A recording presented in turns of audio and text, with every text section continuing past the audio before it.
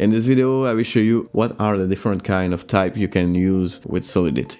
Okay, so the first thing you need to do is to open Remix. So you just need to type Remix if here. And you click here. And as I said in my previous video, you can click right here in Remix Online ID. Now it's time to see the different kind of type we can use in Solidity, and the first one, and probably the most famous, is the Boolean. So a Boolean is defined like this with bool, and you type the name of your variable. So my Boolean, and we define it at false. A Boolean can be true or false, but not null, like in Java, for example. And the only thing I can add about the Boolean is that it uses 1 byte to store.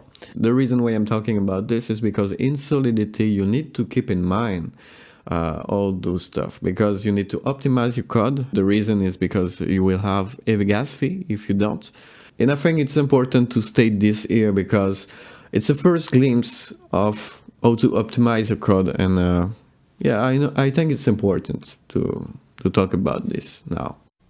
Okay, so now let's talk about our second type, and it's for number. So if you want to define a number, you will type int and my number.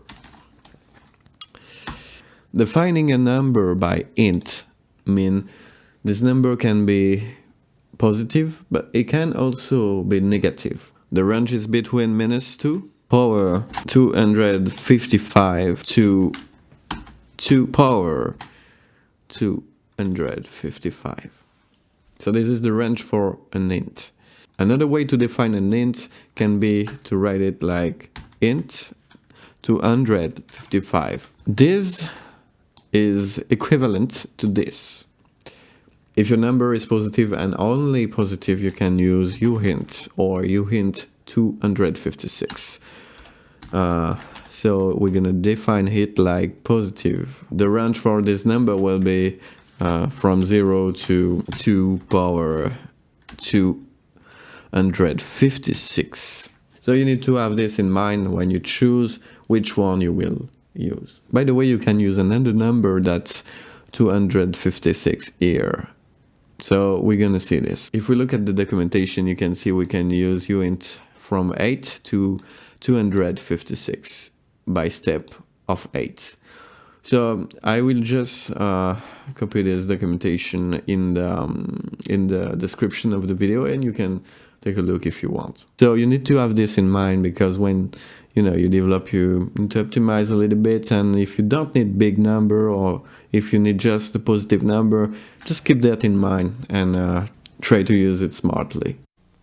Alright, so now we're gonna see the next type, and it's probably the most famous of Solidity. It's called address. My address. Address is a type that will help you to store Ethereum address. For example, if we go here and we go to accounts, we're gonna copy the account, and we will paste it here, and this is an Ethereum address. Just for your information, an address is stored on 20 bytes. An address can be payable. If an address is payable, it can have some method attached. This method can be used to see the balance of an address or to send Ethereum. Another use of the address can be to call another contract. The next type we will see is the bytes. So to define a byte, you just need to type bytes and define the size. So it can be byte 1, byte 2. And so we just need to type now the name of the byte. You can store something like this, for example. And it's the size of you define here.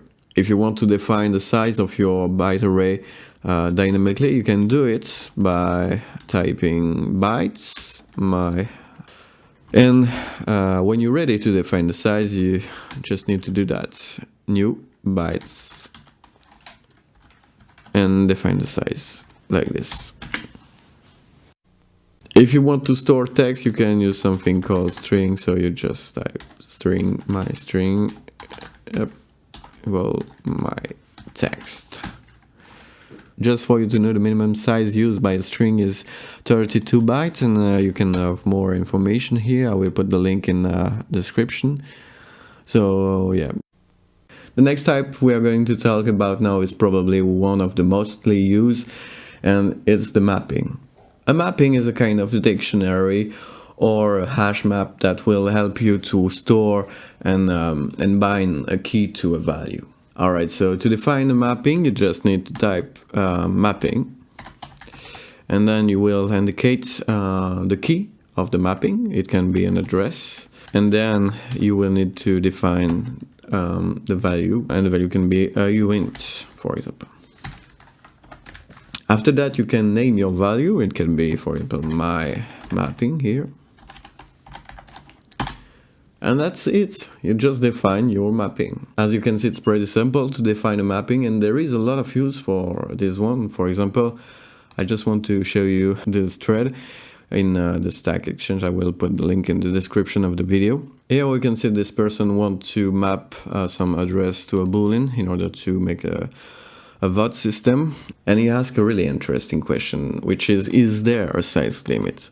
So I searched a lot on the internet in order to find the answer, but I'm really sorry, I'm not sure 100% of if this is the correct one. So what I can say is that the size of your mapping depends on how many things you store on it.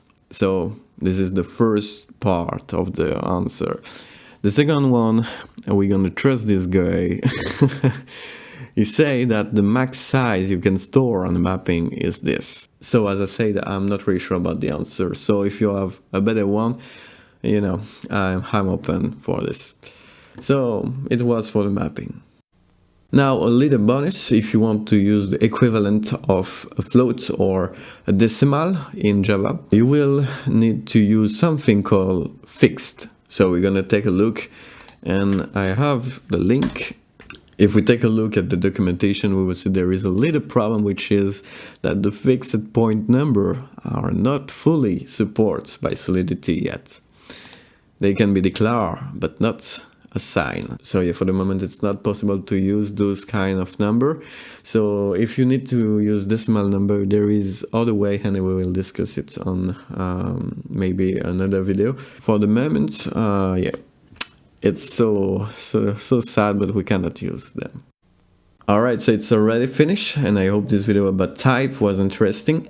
In the next video I will show you how to create your first smart contract with function and how to interact with them. So, you know, pretty good stuff. If you are interested in this, just take a look at my next video, and don't forget to subscribe. It was Steve Anthony, have a good day, and see you next time.